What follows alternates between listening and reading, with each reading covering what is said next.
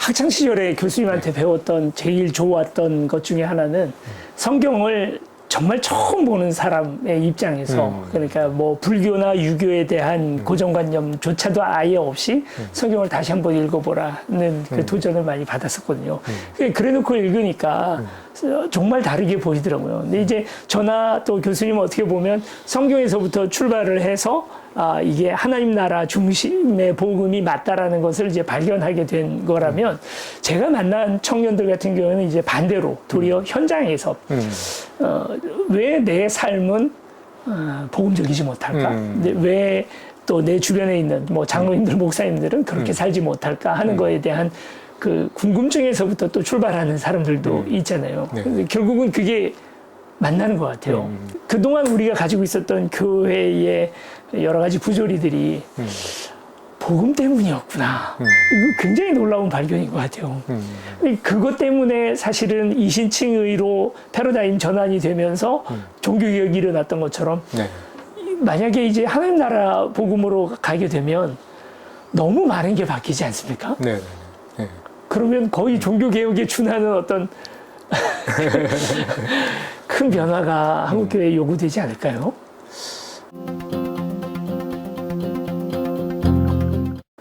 일단은 이제 복음 때문이었다. 그 말이 맞는 말이지만 또 우리가 좀 세밀하게 구별해 볼 필요는 있는 것 같아요. 그러니까 복음 때문에 그렇게 되었다. 이렇게 설명하면 이제 우리가 소위 관념론에 빠지기가 쉬워요. 생각의 체계가 모든 것들을 바꾼다. 이렇게 생각하기 쉬운데 사실은 그 이론이라는 것은 현실로부터 나오거든요. 현실을 설명하는 가운데 이제 이론이 나오게 되는 거죠. 그러니까 기존에 가지고 있었던 복음에 대한 잘못된 이해가 오늘날 한국교회를 이런 상황으로 만들었다. 이렇게 간단히 인과론적으로 설명하기는 어려운 것 같고 말씀대로 살고 싶지 않은 게 모든 사람들의 일반적인 생각이라고 보겠죠. 성경에서 가르쳐주고 있는 그 현실과 우리의 현실이 너무 다르다면 그리고 성경이 가르쳐주는 대로 살다 보면 현실에서 너무 고난이 많아지고 경쟁에서 이기는데 불리하고 돈 많이 버는데 불리하다면 그럼 자연스럽게 사람들은 성경 말씀대로 따라 살지 않으려고 하겠죠. 이런 현실에서 사람들은 신앙과 삶을 분리시키고자 하는데 그 분리를 정당화해줬다. 도리어. 복음이. 그렇다면 이것은 복음에 대한 이해가 바뀐다 그래서 삶이 저절로 바뀌지는 않을 거다. 이런 이제 문제인식이 필요한 것 같아요. 믿음과 삶은 별개인 것처럼 교리만 잘 믿으면 또 교회 생활만 열심히 하면 그것으로 충분한 것처럼 지금에 와서 다시 이제 복음에 대한 이해를 바꾸면서 우리의 일상이 신앙의 현장이 되어야 하는구나 하는 인식을 가지고 일상에서 복음대로 살려고 시작을 하면 너무 힘든 거죠. 너무 힘든 거죠. 지금까지 안 해도 되던 거를 해야 되고 그리고 신앙을 삶으로 옮긴다는 것은 결코 단순한 문제가 아니거든요. 지금까지 우리가 알고 있는 윤리는 율법주의의 윤리였어요. 율법주의라는 게 뭐냐면 하라는 거는 하고 하지 말라는 건 하지 마라 이거예요. 그러니까 법 조항대로 지켜라. 이게 율법주의거든요. 그게 편하죠. 그게 편하거든요. 그래서 뭐 세밀하게 규정해 놓은 대로 그냥 하라는 건 하고 하지 말라는 건 안 하면 되니까. 이게 율법주의거든요. 그러니까 그것이 왜 옳으냐? 하라고 했으니까 옳은 거지. 왜 틀린 거냐? 하지 말라고 했으니까 틀린 거예요. 왜 하지 말라고 했느냐? 왜 하라고 했느냐? 이거는 묻지 않는 거예요. 하지 말랬으니까 해라. 이게 이유가 되는 거예요. 이게 바로 율법주의거든요. 근데 이제 우리가 성경이 그러니까 사도 바울도 그렇고 예수님도 그렇고 율법주의를 거부하셨단 말이에요. 율법주의를 거부했다는 것을 기독교는 그동안 잘못 이해해서 행위는 구원에 중요하지 않기 때문에 거부하신 것으로 잘못 이해한 거죠. 그게 아니라 율법주의가 아닌 다른 방식의 윤리를 가르쳐 주신 거죠. 그게 바로 하나님 나라의 윤리거든요. 하나님의 주되심의 윤리. 우리의 일상 속에서 뭐 직장 생활을 할 때, 예를 들어서 평사원으로 직장 생활을 할 때 부서의 상관이 내가 보기에는 부정한 행위를 하고 있는 것을 보게 된단 말이죠. 여기에 대해서 내가 어떻게 대처해야 하느냐. 네, 이런 질문이 나왔을 때 우리가 기대하는 거는 그럴 때는 이렇게 해라. 뭐 회사에 신문교에 알려서 뭐 고발해라. 아니면은 그냥 당연하게 싸우지 말고 있는 그대로 받아들이고 조용하게 지내라. 그게 회사를 평안하게 하는 거라든지 이런 식으로 딱 매뉴얼이 나와 있으면 우리는 편하겠죠. 예, 하나님 나라의 윤리는 매뉴얼대로 하는 윤리가 아니에요. 예, 그 질문을 우리가 부닥쳤을 때 여기서는 어떻게 하는 것이 하나님의 주되심을 이루는 방법일까? 예, 어떻게 하면 이 상황에서 하나님의 주되심을 이룰 수 있을까? 경우에 따라서는 정면으로 부장님 그렇게 하시면 안 됩니다 하고 지적하는 것이 하나님의 주되심을 이루는 방법이 될 수 있고, 또 경우에 따라서는 반대쪽에서 참고 견디는 것이 하나님의 주되심을 이룰 수 있는 방법이 될 수도 있다는 거죠. 그건 상황에 따라서. 그 상황은 다 다르니까. 네. 그러니까 이게 어떻게 해라, 어떻게 하면 하나님의 주되심이 이루어지고 어떻게 하면 하나님의 주되심이 안 이루어지는 거다, 이렇게 간단하게 말할 수가 없다는 거죠. 그러니까 더 중요한 건 어떻게 하면 하나님의 주되심이라는 그 근본적인 복음의 원칙이 이루어질 수 있느냐를 가지고 이제 고민을 해야 되고, 그러다 보니까 사실은 더 어려워지는 거죠. 그러니까 안 그래도 고민할 게 많은 이 세상에. 전에는 이거 신앙의 영역이 아니었기 때문에 무시하고 살 수 있었는데 이게 신앙의 영역으로 들어왔는데, 사실 우리의 지금까지의 관성은 그냥 편안하게 가는 것이 그게 한국교회가 이루어진 관성이었는데 그 관성을 거스리는 일을 해야 되고 그 거스르는 실천을 해야 되는데 구체적인 지침도 주지 않고 그러니까 지금은 너무 머리가 아픈 거예요. 너무 머리가 아프고 힘들 수밖에 없는 이런 상황이다. 그런데 우리가 이 상황, 이 모호한 상황을 좀 함께, 아마 이런 상황이 좀 오래 지속되지 않을까 싶어요. 네. 저거 개신교만 해도 500년 동안 만들어진 관성인데 이걸 극복하고 새로 바꾸겠다는 건데, 그렇다면 과연 이런 가운데서 우리가 어떻게 할 수 있느냐. 그리고 나는 하나의 개인에 불과하고 내가 직면하고 있는 현실은 거대한 사회 구조인데 그 사람만 그러겠어요? 그냥 다른 데도 다 그런 거잖아요. 사회 자체가 가고 있는 데 앞에서 나는 하나의 모래알과 같은 존재로 있는 건데, 이런 가운데서 우리가 어떻게 할 것이며 그 모래알들이 어떻게 모여서 이제 변화를 이루어낼 것이며 해야 될 것들이 너무 많은 거죠. 그래서 사실은 너무 어려운 거예요. 이게 사실은 그러니까 이게 목회 현장에서 평신도들과 함께 직면해서 해결해 나가기에는 너무 어려운 문제를 우리가 지금 직면하고 있는 것 같아요. 네. 그렇기 때문에 너무 많은 걸 기대하면 안 될 것 같아요. 우리가 처한 현실에서 나아갈 수 있는 그 한 걸음이 뭘까? 아니면 반 걸음 또는 10분의 1 걸음. 또 그것도 사실 금방 이루어지진 않거든요. 하다 보면 자꾸 실패하게 되고 좌절하게 되고, 그랬을 때 죄책감에 빠지면 안 되는 거죠. 그럴 때 죄책감에 빠지지 않고 교회 공동체가 서로 위로해주고 서로 격려해주고, 우리 이번에 실패했지만 또 다시 한번 해보자. 함께 기도하고 어떻게 하면 더 잘할 수 있을까? 함께 지혜를 모아보고, 그 목양이라는 게 참 중요한 것 같아요. 우리가 이제 하나님 나라 복음을 이제 그 표대로 삼고 교회를 시작했다. 그랬을 때 분명한 원칙이 서 있는 거잖아요. 근데 원칙이 앞서 있다 보면 따뜻함을 잃어버리기 쉽죠. 율법주의에 빠져버리기 쉽고 또 거기에 치이기 쉽잖아요. 교인들이. 근데 그러지 않도록 따뜻하게 서로를 보듬어주고 보살펴주고 할 수 있는 그런 목양적인 그런 그 보살핌이 또 굉장히 중요한 것 같습니다. 공동체의 정의 자체가 사실은 하나님 나라 복음하고 십자가 복음하고는 달라지는 것 같아요. 그 이전에는 공동체가 어떻게 보면 이제 믿음의 구원의 고백을 한 사람들을 잘 지켜가지고 다 천국으로 보내주면 되는 그런 방주의 개념의 그런 공동체였다면, 근데 이제 하나님 나라의 복음으로 교회를 설계를 저도 이제 1년간 고민을 하다 보니까 그게 아니고, 어떻게 보면 삶의 자리에서 자신의 비전과 그 하나님 나라를 건설할 수 있도록 뒤에서 그들을 도와주는 역할을 하는 것이 공동체다라고 느껴지더라고요. 네, 맞습니다. 하나님 나라적인 목양이라고 말할 수 있겠네요. 지금 말씀하신 것이. 교회의 뭐 결국은 이제 이것이 시스템도 바뀌어지게 되고 교회에 대한 첫 번째 생각, 공동체에 대한 생각 자체를 달라지게 할 수 있지 않겠나. 그동안은 한국교회의 제일 큰 1번 사명이 전도였잖아요. 네네. 어떻게든 많이 데리고 오고 네. 그리고 잃어버리지 않도록 목양이라는 거는 사실은 그 사람들이 신앙이나 믿음의 의심 같은 것 없이 계속 천국만 바라보게 하다가 그걸 목양이라고 생각을 했고 맞아요. 그래서 다 죽어서 천국 갈 수 있도록만 네네. 해주면 되는 건데 네네. 그러니까 이게 할 일이 너무 많아진 거예요. 모든 생각들이 다 달라지게 예, 되고 예. 그들의 삶의 자리를 관심을 가져줘야 되고 네. 또 가지고 있는 여러 가지 어려움들이나 이 고민을 같이 고민을 해야 되고 근데 한국 교회에 이제 그런 시도를 한 교회들이 많지 않다 보니까 네네. 데이터베이스가 없어요.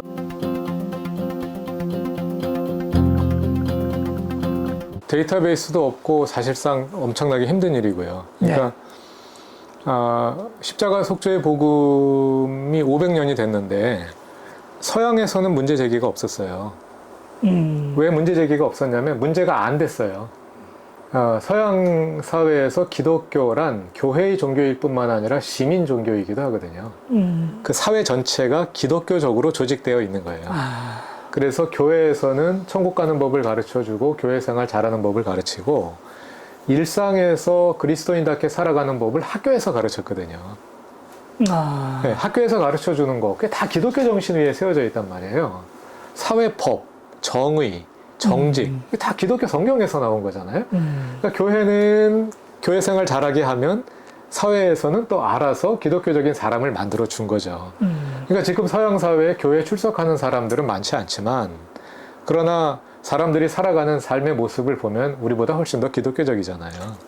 예, 그런 이제 분업 또는 협력이 이루어져 왔는데 한국 사회에서는 교회 밖을 나가면 완전히 세속적이고 비기독교적인 사회이고 약육강식 적자생존 다차도생 뭐 이런 원칙 이런 세상 속에서 살아가는 가운데서 교회가 천국 가는 법을 가르쳐 줄 뿐만 아니라 그 사회까지 관심을 갖고 그 일까지 우리가 하려고 하니까 또 이런 작은 교회, 큰 교회도 아니고 작은 교회들이 그것까지 하려고 하니까 얼마나 지금 우리가 힘든 과제를 또 하는 겁니까? 네, 그러니까 이게 정말 힘든 과제다 하는 것을 우리가 인식을 해야 되고 이제 그런 점에서 목표 조정이 필요한 것 같고 그런 점에서 서로 위로하고 격려하고 하는 것들이 필요한 것 같고 네, 그런 것 같습니다. 그런데 힘들다 여기에만 보게 되면 다시 율법주의에 빠지게 되는 거예요. 왜 힘드냐? 내가 해야 한다고 생각하기 때문에 힘들 수밖에 없는 거죠. 내가 계란이 돼서 바위를 쳐야 한다고 생각하니까 힘들 수밖에 없는데 하나님 나라의 복음이라는 하나님의 주되심의 복음입니다. 하나님의 주되심이 뭡니까? 하나님이 주인이 되셔서 하나님이 하시는 거예요. 내가 하는 게 아니라. 네, 내가 하는 것이 아니라 하나님이 하시는 거고 내가 하는 유일한 것은 무엇이냐면 하나님이 하시도록 나를 내어 드리는 겁니다. 하나님이 하시도록 나를 내어 드리는 것. 그게 믿음이거든요. 네. 우리가 하는 것은 끊임없는 내어 드림이에요. 끊임없이 내어 드리고 하나님이 하시게 하고. 네. 그러면 성공했냐 실패했느냐도 결국 하나님이 성공하시고 하나님이 실패하시는 거죠. 물론 하나님이 실패하실 리가 없죠. 네. 너무 힘든 현실이기 때문에 하나님도 아신단 말이죠. 그래서 우리가 보기에는 또 실패했구나 하고 생각하지만 하나님이 보시기에는 중요한 진전을 이뤄냈다 하고 보실 거란 말이에요. 네. 하나님이 하신다. 그것이 하나님 나라의 복음이죠. 네. 그러므로 실망하거나 좌절할 필요가 없다. 제가 위로를 받는 어느 청년한테 하나님 나라 복음 그리고 이제 그걸 중심으로 세워진 교회가 이제 우리 교회다라는 거에 대해서 이제 열심히 설명을 해줬더니 다 듣고 나서 너무 이해가 잘 가고 또 좋았다고는 말하는데 인기는 없을 것 같다. 그런 게 누가 가려고 하겠냐 얘기를 하더라고요. 그래도 교수님 생각하시기에 네. 그 하나님 나라 중심의 복음과 그걸 중심으로 만들어진 교회의 장점, 매력이 있다면 어떤 게 있을까요?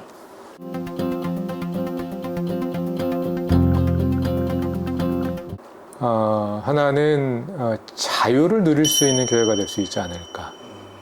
제가 이제 한국 교회를 보면서 가졌던 여러 가지 질문들이 있었습니다. 해결되지 않은 질문들. 그 중에 하나가 복음은 우리를 자유롭게 하는 건데, 죄의 지배로부터 해방시키고 우리를 자유롭게 하는 복음인데, 그러면 신앙이 깊어질수록 교회 다닐수록 더 자유로워져야 할 텐데, 왜 우리는 교회 다니면 다닐수록 더 심한 죄책감에 눌리게 되는가? 우리가 다 경험하고 있는 거잖아요. 왜 그런가? 근데 그게 해결되지 않는 고민이었는데, 그 원인이 복음에 있구나. 네, 복음이 믿음과 행위를 구별시켜 버리고 나니까, 복음이 삶에 대해서 가르쳐 주지 않으니까, 네, 우리는 삶을 배우기 위해서 율법으로 돌아가게 되는 거죠. 네, 삶을 강조할수록 율법주의가 되고, 그래서 복음주의를 표방하는 교회, 교인들을 대보세요. 복음주의를 표방하는 교회에 가보면 그 교회가 얼마나 율법주의적인지를 알게 된다. 아니 뭐 특별한 교회가 아니라 한국 교회가 대부분 그렇죠. 교회에서 요구하는 수많은 요구들에 지쳐 있잖아요. 교회에서 요구하는 봉사, 11조, 뭐 예배 참석 더 많이 해라, 뭐 해라, 다 지쳐 있단 말이에요. 율법주의에 다 빠져 있는 거죠. 그 율법주의가 왜 오는 거냐? 복음이 삶과 분리되어 있는 가운데서 요구하다 보니까 뭐 설명해야 될 것들은 더 많습니다만, 이런 한계에서 오는 것이라고 보고요.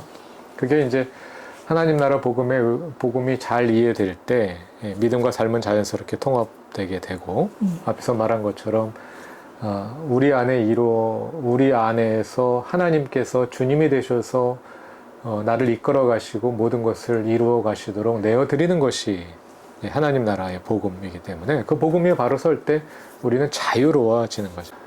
일상과 괴리되지 않은 복음.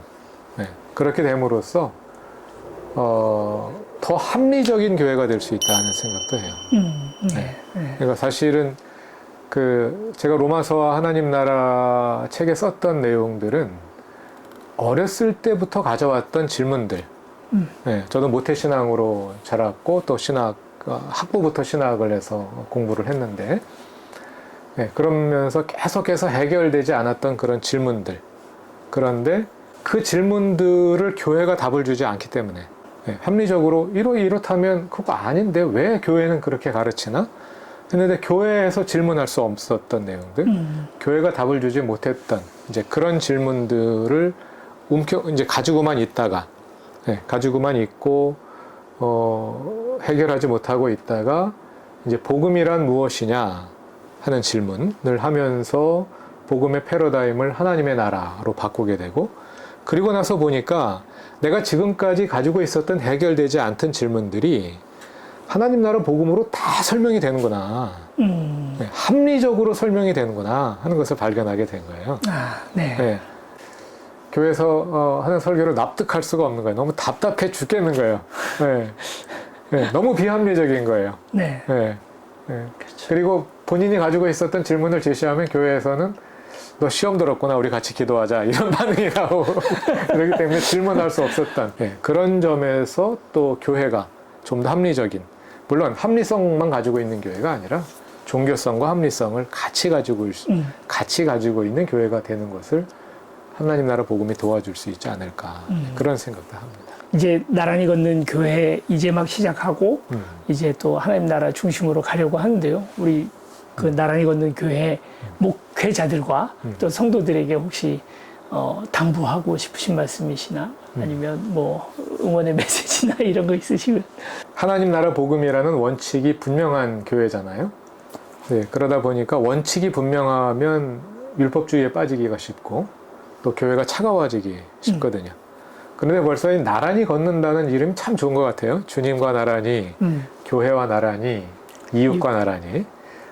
이 표현이 하나님 나라 복음을 아주 잘 표현하면서도 참 따뜻한 것 같아요. 그리고 제가 또 유튜브 들어가서 여러 영상들을 봤는데 교회가 따뜻하다는 느낌을 받았어요. 그 따뜻함을 잘 유지해 가는 게 참 중요한 것 같습니다. 그래서 일상과 현실, 교회가 잘 연결되려면 일상에서 치인 교우들이 교회에 왔을 때 그 따뜻한 공동체에서 위로받고 힘을 얻고 나갈 수 있는, 목사님들이 참 따뜻하신 것 같아요. 일단은 교인들도 그러지 않을까 싶은데. 저는 따뜻한데 저분은 모르겠습니다. 그런가요? 좀 더 목사님이 더 따뜻해 보이긴 하는 것 같아요. 이렇게 따뜻하고 계속해서 유지하고 발전시키는 교회가 되면 더 좋지 않을까 그런 생각을 합니다. 교수님 이렇게 또 귀한 시간 내주셔서 너무 감사드려요. 우리 장신대 후배들이 교수님 강의 참 듣고 싶을 것 같은데 그런 기회가 많이 있으면 참 좋겠다는 생각은 듭니다. 그렇게 말씀해 주셔서 고맙고 또 이렇게 먼 길을 찾아와 주셔서 고맙습니다. 나란히 걷는 교회? 나란히 걷는 교회. 네, 나란히 걷는 교회 모든 교회 여러분 사랑합니다. 저는 더 따뜻해지겠습니다. 귀한 시간 내주셔서 너무 감사드려요. 네, 고맙습니다. 네, 감사합니다. 네, 이렇게 인사를 드릴게요. 네, 안녕. 안영석 교수님 저서 대표적인 거라고 해야 될까요? 이 두 가지인데요. 네, 하나는 로마서 책 지금 영상에도 많이 말씀하셨고, 요즘 아주 많이 받고 있는 시기고요. 요한계시록 이게 제가 그 녹화했던 강의 그런데 요한계시록 이상한 데 가서 이상한 강의 요거 하나 한 거예요.